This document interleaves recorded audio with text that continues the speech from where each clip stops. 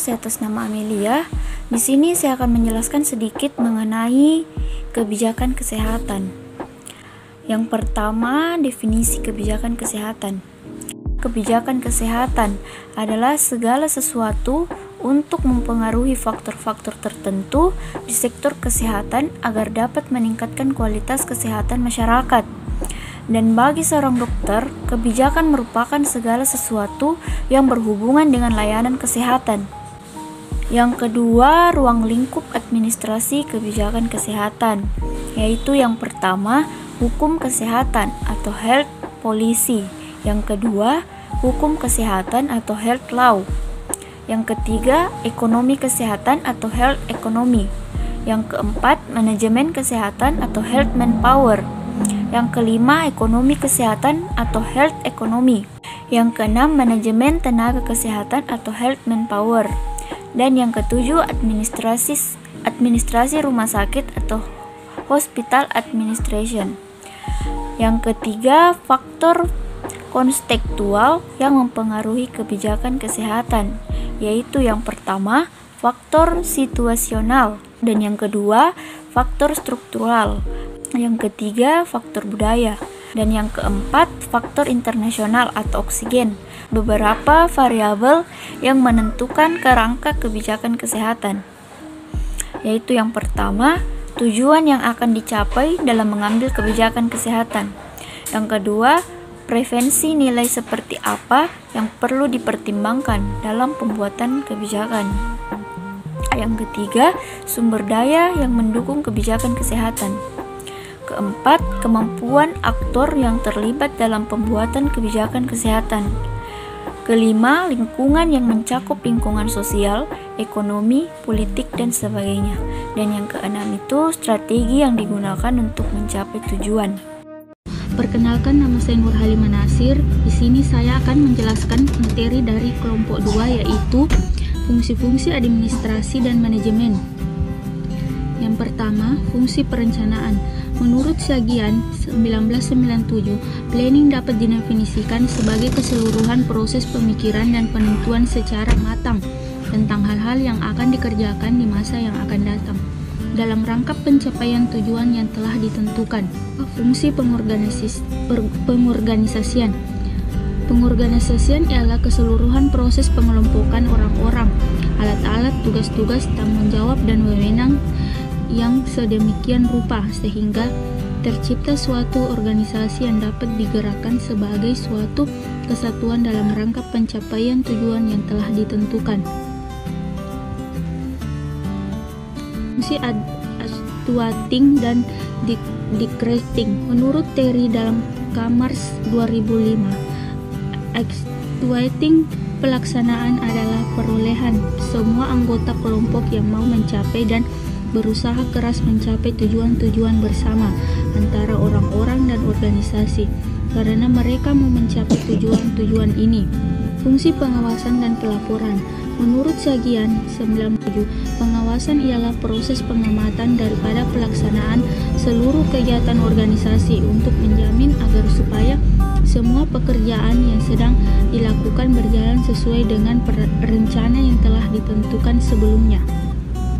Nama saya Muhammad Arif Syafruddin dan saya akan memaparkan materi terkait implementasi administrasi di bidang kesehatan. Menurut Hanifah Harsono, pengertian implementasi merupakan suatu proses untuk dapat melaksanakan kebijakan menjadi sebuah tindakan dari politik ke dalam administrasi. Menurut Dr. Sondang Siagian, administrasi dapat didefinisikan sebagai keseluruhan proses kerjasama antara dua orang manusia atau lebih yang didasarkan atas rasionalitas tertentu untuk mencapai tujuan yang telah ditentukan sebelumnya. Dalam hal ini ada 4 hal. Yang pertama yaitu dimensi komunikasi, kemudian sumber daya, yang ketiga itu disposisi atau penempatan aparat pelaksana, dan yang terakhir ialah struktur organisasi dari pelaksana.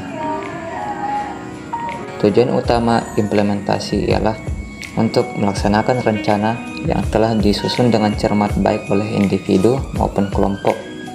Yang kedua, untuk menguji serta mendokumentasikan suatu prosedur dalam penerapan rencana atau kebijakan, untuk mewujudkan tujuan-tujuan yang hendak dicapai di dalam perencanaan atau kebijakan yang telah dirancang.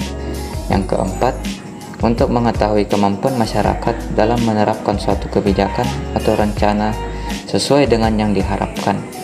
Dan yang terakhir, untuk mengetahui tingkat keberhasilan dari suatu kebijakan atau rencana yang telah dirancang demi perbaikan atau peningkatan mutu. Implementasi administrasi dapat berguna di dalam program kesehatan, mulai dari proses perencanaan, penganggaran, penyusunan, pengadaan tenaga kerja, pemberian bimbingan, pengkoordinasian, hingga pelaporan dari suatu ketika hendak melaksanakan implementasi sebuah administrasi, maka diperlukan 3 poin. Yang pertama itu menerapkan rencana implementasi, yang kedua melakukan kegiatan implementasi, dan yang ketiga tindak lanjut implementasi itu sendiri.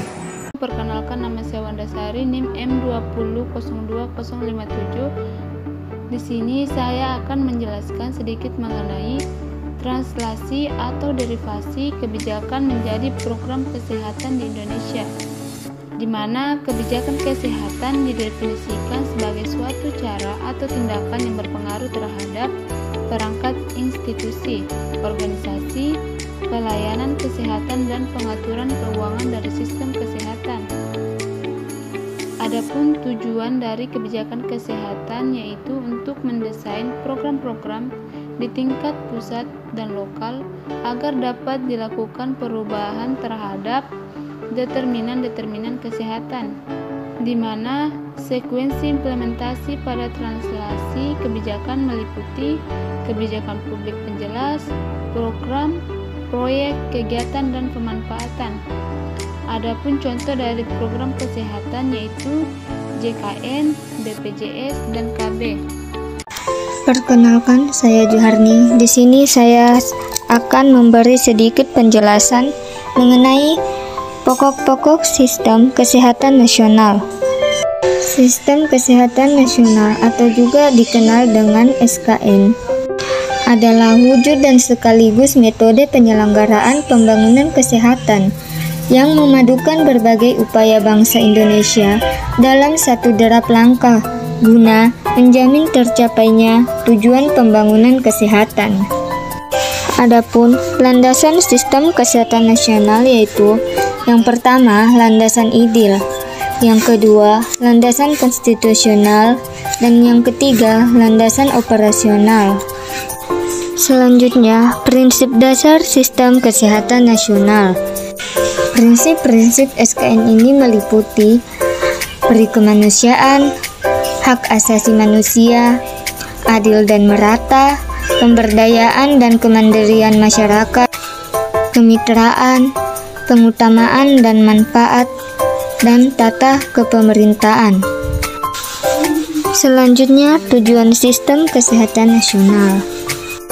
Tujuan sistem kesehatan nasional adalah terselenggaranya pembangunan kesehatan oleh semua potensi bangsa, baik masyarakat, swasta, maupun pemerintah secara sinergis, berhasil guna dan berdaya guna, sehingga terwujud derajat kesehatan masyarakat yang setinggi-tingginya.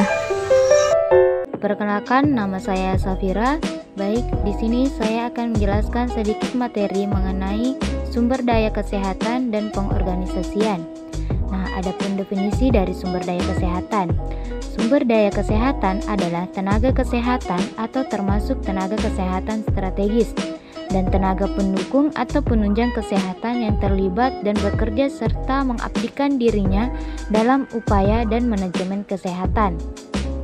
Nah, ada 2 bentuk dan cara penyelenggaraan sumber daya kesehatan, yaitu 1. Tenaga kesehatan, yang mana semua orang yang bekerja secara aktif dan profesional di bidang kesehatan berpendidikan formal kesehatan atau tidak, yang untuk jenis tertentu memerlukan upaya kesehatan. Dan yang kedua, sumber daya kesehatan, yaitu tatanan yang menghimpun berbagai upaya perencanaan, pendidikan, dan pelatihan serta pendayagunaan tenaga kesehatan secara terpadu dan saling mendukung guna mencapai derajat kesehatan masyarakat setinggi-tingginya. Nah, adapun perencanaan sumber daya kesehatan, yakni perencanaan sumber daya kesehatan adalah proses estimasi terhadap jumlah sumber daya manusia berdasarkan tempat, keterampilan, perilaku yang dibutuhkan untuk memberikan upaya kesehatan. Nah, adapun perencanaan terdiri dari 3 kelompok, yaitu perencanaan tingkat institusi, meliputi puskesmas, rumah sakit, dan poliklinik. Dan yang kedua, perencanaan tingkat wilayah, meliputi institusi dan organisasi. Dan yang ketiga, perencanaan untuk bencana, meliputi pra, pada saat, dan pasca bencana. Nah, adapun faktor-faktor pengorganisasian. Faktor-faktor pengorganisasian yang dapat mempengaruhi kinerja ada 3, yaitu 1. Faktor organisasi, meliputi tuntutan tugas, tuntutan peran, tuntutan antar pribadi, dan struktur organisasi. Dan yang kedua, faktor individu, meliputi masalah keluarga, ekonomi, kepribadian, dan pengetahuan. Dan yang ketiga, faktor lingkungan, meliputi kemajuan teknologi, terorisme, situasi politik yang sedang terjadi. Perkenalkan, nama saya Putra Ahmadani. Saya akan menjelaskan sedikit mengenai penetapan prioritas dan analisis SWOT. Pertama-tama perlu kita ketahui, analisis SWOT adalah kompilasi dari kekuatan, kelemahan, peluang, dan ancaman perusahaan dan merupakan proses perencanaan yang membantu perusahaan Anda mengatasi tantangan dan menentukan prospek baru apa yang harus dikejar. SWOT adalah singkatan dari S yaitu strength atau kekuatan, kemudian W itu weakness atau kelemahan, kemudian O opportunity atau peluang, dan T itu threat atau ancaman. Adapun tujuan dari analisis SWOT yaitu untuk mempelajari lingkungan internal dan eksternal perusahaan melalui identifikasi dan analisis kekuatan dan kelemahan organisasi serta peluang dan ancaman yang dihadapinya. Kemudian manfaat dari analisis SWOT itu sendiri, yang pertama, menjadi sumber informasi untuk perencanaan strategis, kemudian membangun kekuatan organisasi dan mengatasi ancaman organisasi. Kemudian yang keempat, membantu dalam mengidentifikasi kompetensi inti perusahaan, dan terakhir, membantu dalam menetapkan tujuan untuk perencanaan strategis. Perkenalkan, saya Juharni. Di sini saya akan memberi sedikit penjelasan tentang pelaksanaan dan penilaian program kesehatan. Program kesehatan merupakan kumpulan dari proyek-proyek di bidang kesehatan, baik yang berjangka pendek maupun berjangka panjang. Penilaian program kesehatan merupakan model penilaian yang berjalan secara siklus atau tidak berhenti di satu titik, tetapi terus berjalan. Dan komponen masing-masing tahap evaluasi tidak berdiri sendiri. Adapun maksud dan tujuan evaluasi pada penilaian yaitu dalam pembangunan kesehatan adalah untuk memperbaiki program-program kesehatan. Nah, pada evaluasi harus dilaksanakan secara konstruktif dan bukan untuk membenarkan tindakan-tindakan yang telah lewat atau sekedar mencari-cari kekurangan-kekurangan saja.